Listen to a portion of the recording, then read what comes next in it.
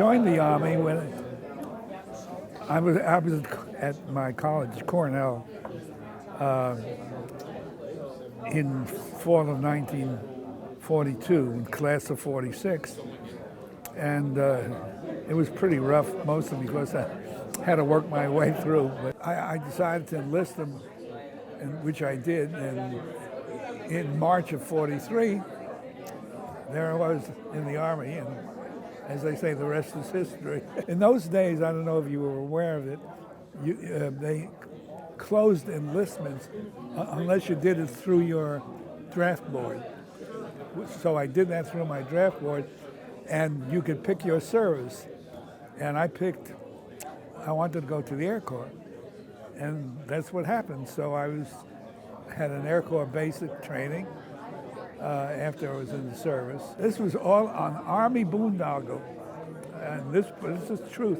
It didn't only happen to me, it happened to thousands of young American college-age guys who volunteered.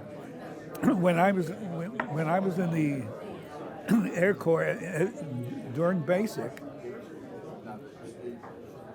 about halfway through basic training, maybe a little bit more, company commander called the company together and called out a bunch of names, about, 20 of us, something like that, out of a company of 200, and said, you guys will report to so-and-so to take some exam. Okay. So he did, and I asked what it was for, and said, don't worry, if you do well, you'll hear from us. So about 2 weeks later or so, I and a handful of guys were called on and said, you guys did very well. And the Army is setting up a special training program called the ASTP, the Army Specialized Training Program, to train various guys in various technical aspects and so forth. And I said, hell, that can't be too bad. That I can maybe put off the Air Corps for just a few months or whatever. And I said, yeah, okay. Well, you didn't have much choice to it. Had to accept it anyway.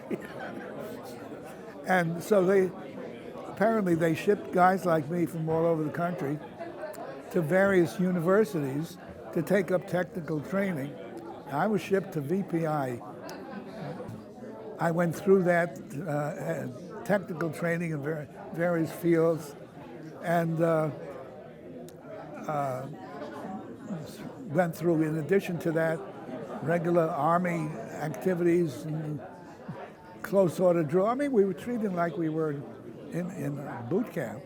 By December of that year, the Army closed the whole program.